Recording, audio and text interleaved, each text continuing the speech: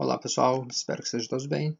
Na aula de hoje nós veremos mais um filo do reino animal, que são os equinodermos, tá? Que são aí as estrelas do mar, bolachas da praia, pepino do mar, lírio do mar, serpente do mar, ouriço do mar. Então alguns animais aí que pertencem a esse filo. E quais são as principais características desses organismos? Então todos eles são marinhos, né? Não sabemos até agora de equinodermos de ambiente tussícola, né, que seja de água doce.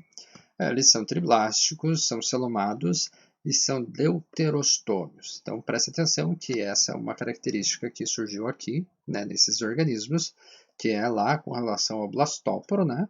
Então nesses animais, então já o blastóporo dá origem ao ânus, tá? Então lembrem que os organismos que estudamos até agora, né, que eram os protostômios, que o blastóporo dava origem à boca. Então aqui, né, você já tem essa diferença dos deuterostômios, então o blastóporo vai dar origem então ao ânus.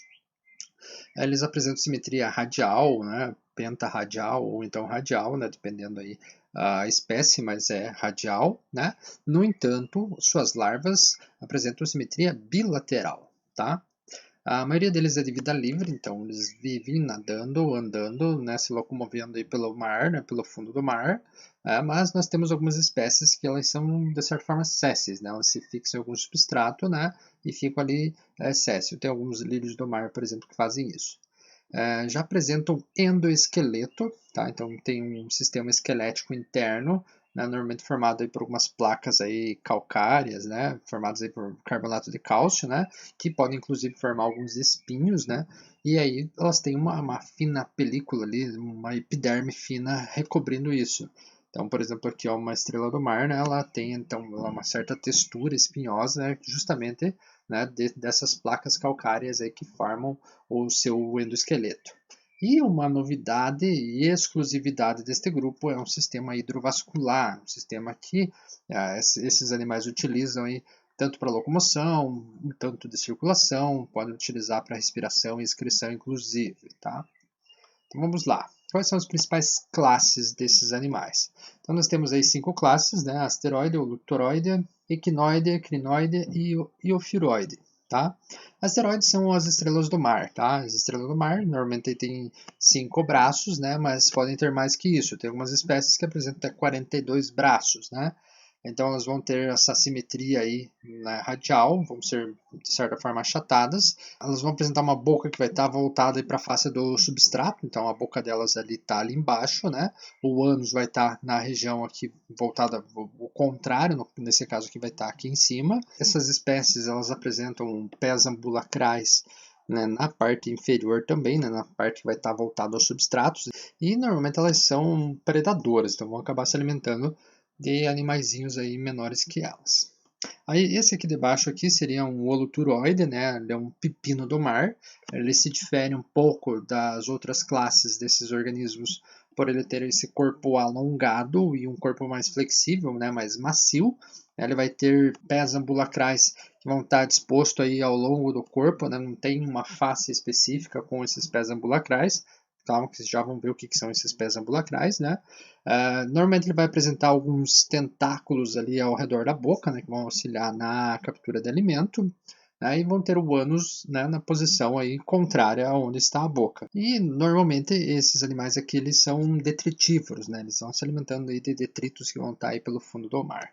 Aí nós temos os equinoides, né, que são aí os ouriços do mar ou então as bolachas da praia, né, que vão ter então esse corpo mais arredondado, né, que esse aqui é além de arredondado, ele é meio abaulado, né, as bolachas da praia são achatadas, mas tem um corpo então redondo. Então vão ter esses espinhos aí que vão auxiliar inclusive na locomoção deles, né, então eles utilizam tanto os pés ambulacrais quanto os espinhos para a locomoção. Eles vão possuir um esqueleto aí mais no estilo uma carapaça, né, porque vai ter a fusão de algumas placas calcárias, assim como a estrela do mar, a boca vai estar voltada para o lado do substrato e o ânus vai estar para a face oposta a isso, né? Então, normalmente o ânus vai estar na parte de cima aqui, nesse caso, e eles possuem então esses pés ambulacrais dispostos aí no entorno do seu corpo, né? Não é como a estrela do mar que só tem na parte de baixo, né? Ele é mais tipo como o pepino do mar ali que tem aquelas fileiras ali de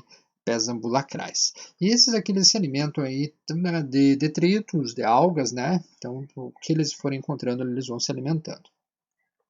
Aí nós temos os crinoides, que são esses aqui, que são os lírios do mar, né? Esse aqui que eu falei que tem algumas espécies que elas são sésseis, né? Eles acabam se fixando, possuem esses braços aqui bastante longos, aqui que lembram até umas plumas.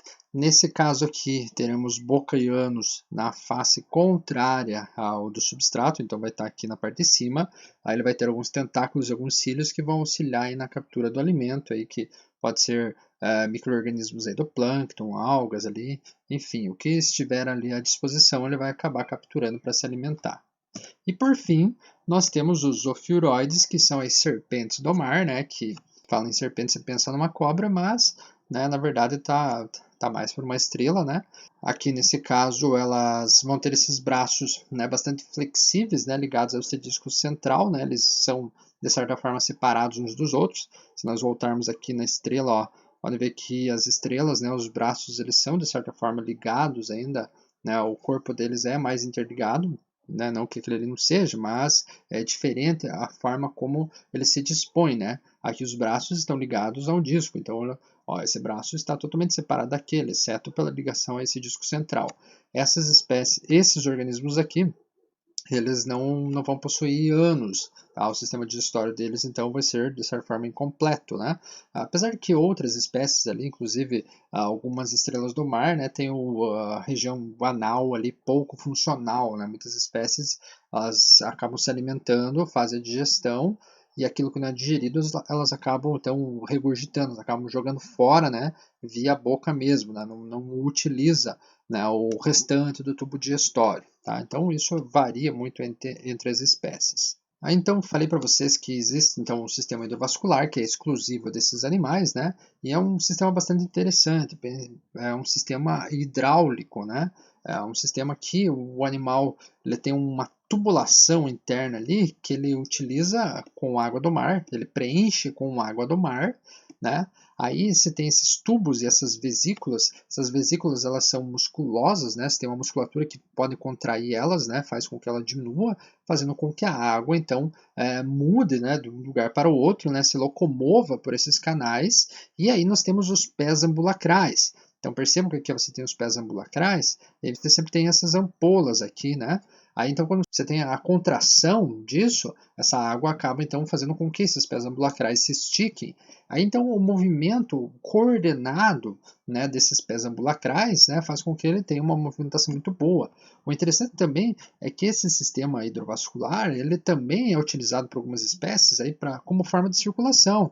Então são liberados aí alguns nutrientes, excretas, a parte da respiração, então utiliza essa forma desse sistema hidrovascular aí para esses outros fins também, não somente a locomoção. Tá? E é uma coisa exclusiva desses animais. A entrada da água ocorre aqui por alguns poros que estarão em uma região conhecida por placa madrepórica, ou então madreporito, né? Entrou ali, ela fecha e aí acaba então fazendo esse uso dessa água que está ali dentro. Aí pode fazer a troca dessa água, como eu falei, você pode liberar excretos ali, pode fazer a respiração a partir disso e assim por diante.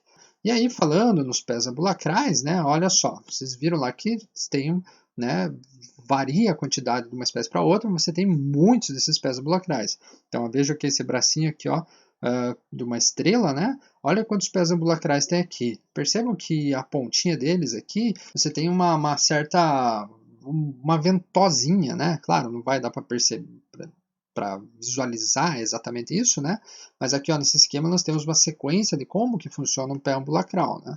Temos lá o sistema, né, hidrovascular. Aí, ó, a ampola, tá tudo cheio de água lá, contrai a ampola, a hora que contrai a ampola, né, o pezinho estica, né? Aí esticando, lá embaixo nós temos glândulas de muco que vão liberar o muco, vão liberar uma certa secreção naquele substrato, que é o piso onde ele está, a pedra, né, a rocha ali, enfim, o tronco, o solo, enfim, aonde está esse animal, né? E aí ele vai se fixar. Então vai ter uma musculatura que vai funcionar como se fosse uma ventosa, vai se fixar. Aí o que vai acontecer? Esse pé ambulacral ele vai se contrair, então ele vai diminuir. E aí, diminuindo a água, volta, ó, relaxou a ampola lá, a água volta, né, a água vai circulando. e aí ele acaba, depois que ele encolhe, vai relaxar aquela região que estilo ventosa ali, que havia feito aquela sucçãozinha ali no substrato, e ele soltou, tá? Aí você tendo lá vários e vários pés ambulacrais desses trabalhando de uma forma organizada, então ele consegue se movimentar de uma forma bem legal, tá? Então, mais ou menos assim que funcionam os pés ambulacrais, utilizando o sistema hidrovascular. Pensa, gente, isso aqui ele está utilizando a água que ele pegou e está fazendo um sistema hidráulico, uma movimentação hidráulica, né? Isso é um organismo vivo, utilizando então um mecanismo aí hidráulico, né? Olha só que interessante. Aí, com relação ao sistema digestório, varia, né, entre as espécies, como eu falei para vocês, eles possuem, em geral, sistema digestório completo, né, mas algumas espécies aí não vão apresentar, por exemplo, o ânus, né, então vai ter um sistema digestório incompleto, vai acabar liberando aí restos da digestão pela própria boca. Mas mesmo aqueles que possuem um sistema digestório completo, como o caso das estrelas, né, acabam, algumas espécies também realizam esse tipo de procedimento. Ó, por exemplo, aqui uma estrela do mar. Ó, olha só, nós temos duas imagens aqui. Temos essa imagem, né, e temos um corte aqui de um braço, né, e aqui temos um zoom aqui da região central dela. Ó, temos a placa madrepórica aqui por onde vai entrar água para o sistema hidrovascular. Os pés ambulacrais desse animal estão na região de baixo, né, então voltada para o substrato. Ó, aqui em cima está o ânus, né, tá vendo aqui, ó, esse pontinho aqui, ó, é o ânus, né, então tá aqui. Aí está o sistema digestório. Agora percebam que esse sistema digestório ele se alonga para os braços, né? Olha aqui, essa parte verde aqui, justamente são os secos gástricos, tá? Esses secos gástricos eles são prolongamentos aí do sistema digestório, né, do estômago, e onde serão produzidas enzimas, né, enzimas que farão a digestão.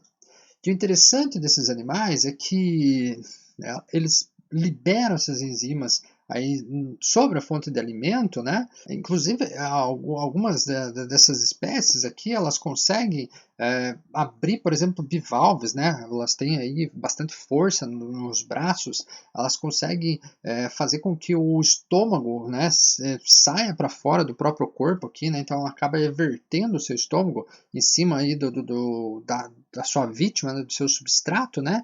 E liberando essas enzimas ali e aí realizando uma digestão extracelular ali, extracorpórea inclusive, né?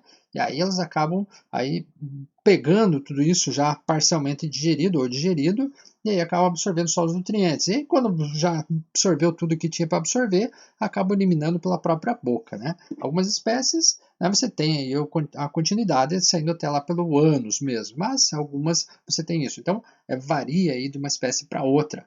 Nós pegarmos aí, por exemplo, as holotúrias, né, os pepinos do mar, a gente viu ali que tem alguns tentáculos que vão auxiliar na digestão. Então, assim, cada classe, né, mesmo dentro de cada classe, você vai ter algumas particularidades aí entre as espécies, tá?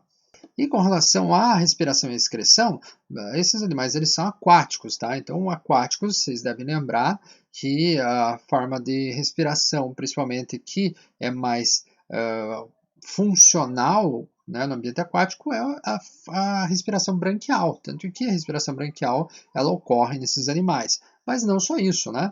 Nós temos aí, por exemplo, nas holoturas, né, a formação de uma árvore respiratória, tá? Então vai ter uma árvore respiratória lá dentro, né, que seriam esses tubos ramificados aqui, que vão funcionar tanto para a respiração e para as trocas gasosas, quanto para a excreção também. Olha só, falei agora mesmo aí para vocês, né, da questão dos tentáculos, né? Então esses tentáculos vão auxiliar na captura de alimentos, né? Vai entrar aqui, ó, o ânus está lá do outro lado, tá? Então, né, você tem o ânus e a boca aqui em regiões opostas, né? A gente viu que tem espécie que não, que o ânus e a boca estão ali lado a lado, né? Como é o caso ali de alguns lírios do mar. Esse aqui seria um ouriço do mar, né? Você está vendo a região oral dele aqui. Olha só, ele tem uns 5 dentes aqui calcários, né? E ó, isso aqui ó, seria as brânquias dele, né? Então, nós temos aqui 10 brânquias, né? Temos 5 pares de brânquias que se dispõem aí no entorno da região oral desse animal, tá? E aí nas estrelas também vai ter um sistema basicamente como se fossem umas brânquias que vão estar aí em grande quantidade situada entre os espinhos dela, né, que são as papilas respiratórias. Então seriam pequenas dobras aí que vão fazer a função branquial. E aí, por fim, com relação à reprodução, né, esses animais eles são dioicos, né, e sua fecundação é externa, então eles vão liberar os gametas aí no ambiente, né, claro, vai ocorrer um processozinho ali de cópula, né, mas a fecundação vai ocorrer externa. E o desenvolvimento deles é indireto, ou seja, você vai ter então algumas formas larvais. Em ouriços aqui, por exemplo, ouriços do mar, você vai ter uma única forma larval, né? Essa larvinha ciliada aqui, que é conhecida por plúteo. Tá? Depois ela vai se desenvolver, então dando origem ao ouriço. Tá? Então eu percebo que ela tem a simetria então, bilateral. Depois o ouriço vai ter a simetria radial. Essa outra larva que ocorre aqui, ó, você tem mais de uma fase larval, então larvas que são diferentes umas das outras. Então temos a bipinária, a braquiolária, vai comum em estrelas, tá? Então, de qualquer forma, desenvolvimento indireto, né? Então, olha só, se tinha essa forma larval, ela se desenvolve nessa segunda forma larval, que é a braquiolária, e aí depois vai sofrer uma metamorfose, se transformando então numa estrela do mar jovem, que vai se desenvolver numa estrela do mar adulta, tá? Então, nesse processo aqui, ela ainda é com simetria bilateral, e aqui agora ela já está com uma simetria radial. E é interessante que esses animais eles têm uma grande capacidade de regeneração. Sendo assim, em alguns casos, né, isso pode funcionar como um sistema de reprodução assexuada. Por exemplo, aí uma estrela que acaba perdendo um braço, né, e esse braço pode acabar regenerando o corpo novamente e o corpo pode regenerar o braço. Então você tinha uma, agora você tem duas, tá? Então também vai ocorrer esse tipo de reprodução aí assexuada aí por fragmentação no caso. Então, por hoje era isso. Espero que vocês tenham entendido, tenham aprendido um pouquinho mais sobre esses animais aí, né? E na próxima aula, então, veremos o nosso último grupo, o último filo, que seriam os cordados, no qual nós, humanos, nos enquadramos, beleza? Tchau para vocês e até a próxima.